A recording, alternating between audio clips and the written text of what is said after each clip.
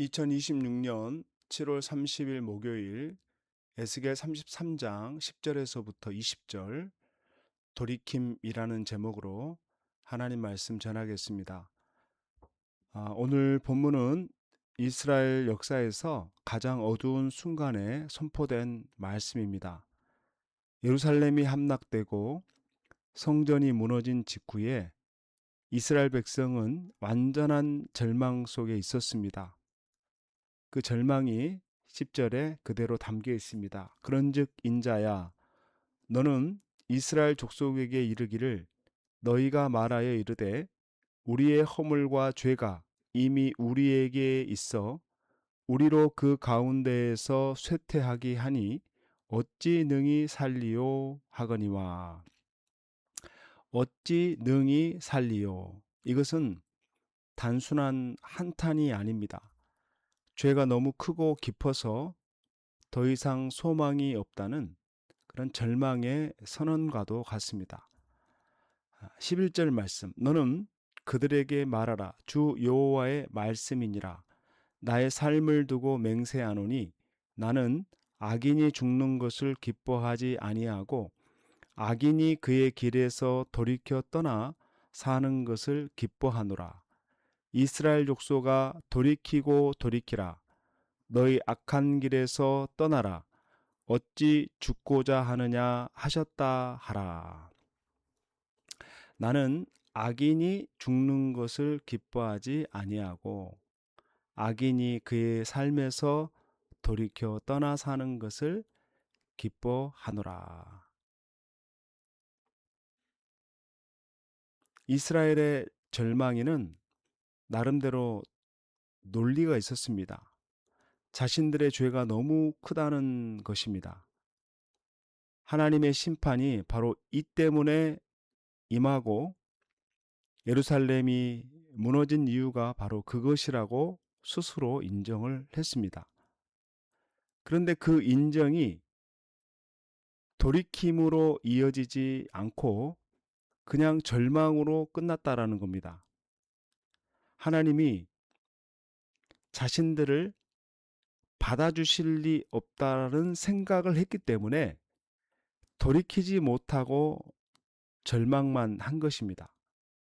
그런데 하나님이 뭐라고 말씀합니까? 나는 악인이 죽는 것을 기뻐하지 아니한다. 악인이 그의 삶에서 돌이켜 떠나 사는 것을 기뻐한다. 하나님이 나의 삶을 두고 맹세한다. 까지 말할 정도입니다. 하나님이 아주 강하게 말씀하셨던 내용, 악인이 죽는 걸 기뻐하지 않는다. 하나님의 마음은 심판에 있는 것이 아니고 바로 돌이킴에 있다라는 겁니다. 살리는 것에 있다는 겁니다. 이스라엘이 절망한 이유는 자신들의 죄가 너무 커서가 아니었습니다. 하나님의 마음을 몰랐기 때문입니다.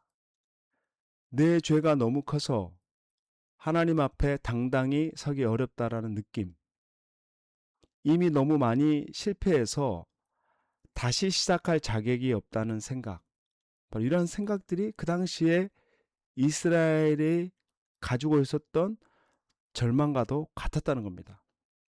근데 그 절망은 하나님의 마음을 잘못 읽은 데서 시작된 것입니다. 하나님은 하나님의 자녀들이 돌이키기를 원하신다라는 사실을 우리가 잊지 말아야 되는 겁니다. 12절 말씀. 인자야 너는 내 민족에게 이르기를 의인이 범죄하는 날에는 그 공의가 구원하지 못할 것이요 악인이 돌이켜 그 악에서 떠나는 날에는 그 악이 그를 엎드려뜨리지 못할 것인즉 의인이 범죄하는 날에는 그 의로 말미암아 살지 못하리라. 상당히 놀라운 말씀하셨는데요. 첫 번째로는 의인도 범죄하는 날에는 과거의 그 의로움으로 자신을 구원할 수 없다. 두 번째로는 악인도 돌이키는 날에는 과거에 그가 저질렀던 악이 현재 그를 막지 못한다. 놀라운 말. 그러니까 오늘 지금 이 순간에 내가 어떤 모습으로 서 있는가가 중요하다. 이 메시지는요, 어떻게 보면은 우리에게 위로이면서 동시에 경고일 수 있습니다. 과거에 아무리 신앙이 좋았어도 오늘 하나님 앞에 서지 않으면은 그 과거가 오늘을 지켜주지 않는다는 거. 그런데 과거에 아무리 많이 실패했어도 오늘 돌이키면 그 과거가 오늘을 막지 못한다는 거. 하나님의 이 의로움은 과거가 아니라 언제나 지금을 향해 열려 있다라는 사실. 그러니까 지금 내가 하나님 앞에 돌이켜 있으면, 내가 지금 하나님을 향해 나아가 있으면 그 지금의 모습을 통해서 하나님이 이끌어 가시겠다라고 말씀합니다. 15절과 16절에 보면 하나님은 돌이킴의 내용을 구체적으로 말씀합니다. 저작물을 도로 주며 강탈한 물건을 돌려보내고 생명의 율례를 지켜 행하여 죄악을 범하지 아니하면 그가 반드시 살고 죽지 아니할지라. 그가 본래 범한 모든 죄가 기억되지 아니하리니 그가 반드시 살리라. 이는 정의와 공의를 행하였음이라 하라. 이 돌이킴에 관한 말씀. 이 돌이킴이라는 것은 어떤 감정의 변화만이 아니다. 실제 삶의 방향을 바꾸는 것이다. 빼앗은 것이 있다면 돌려주고 잘못된 관계를 바로잡고 하나님의 말씀대로 살기로 결단하는 것.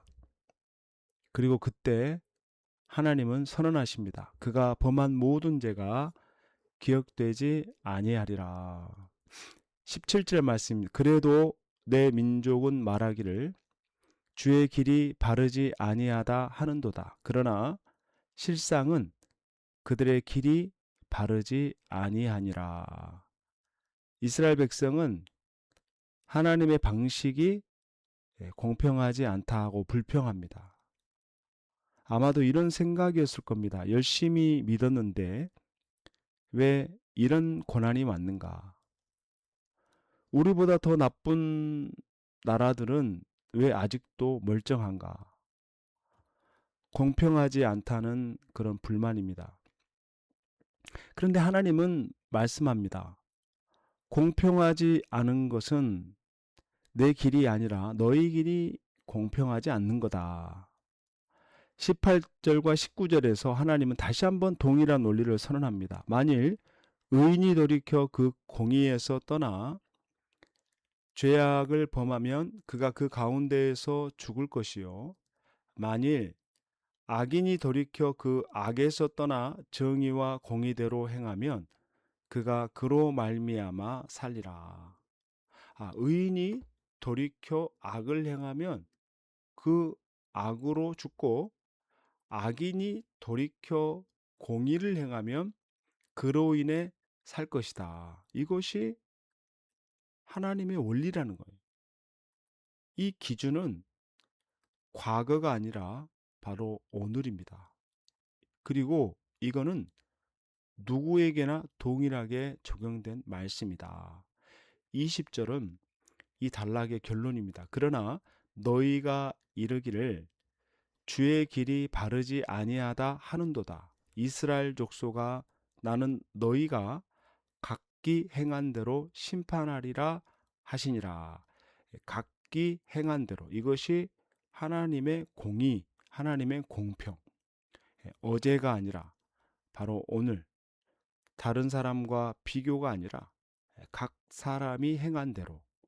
하나님의 공평은 우리가 생각하는 공평과 다릅니다.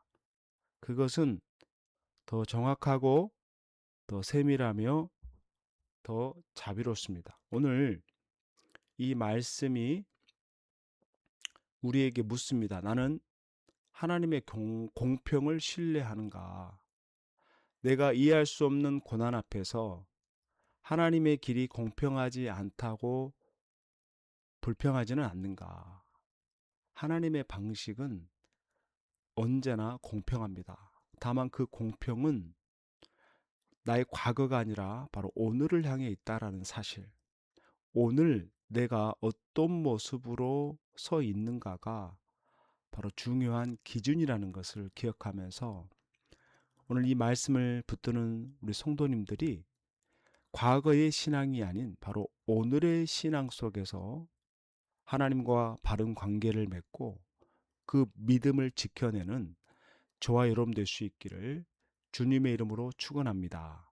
살아계신 하나님 아버지, 오늘 이 에스겔 말씀을 통해 절망이 돌이킴을 막을 수 없다라는 그 선언 앞에 서게 하시니 감사합니다. 하나님은 악인이 죽는 것을 기뻐하지 않으시고 돌이켜 사는 것을 기뻐하신다라는 주님의 마음을 다시 한번 기억합니다. 오늘 우리의 삶이 과거에 묶이지 않고 오늘을 향하여 하나님께 돌이키는 그런 믿음과 결단을 허락해 주시옵소서. 좋으신 예수님의 이름으로 간절히 기도하옵나이다. 아멘.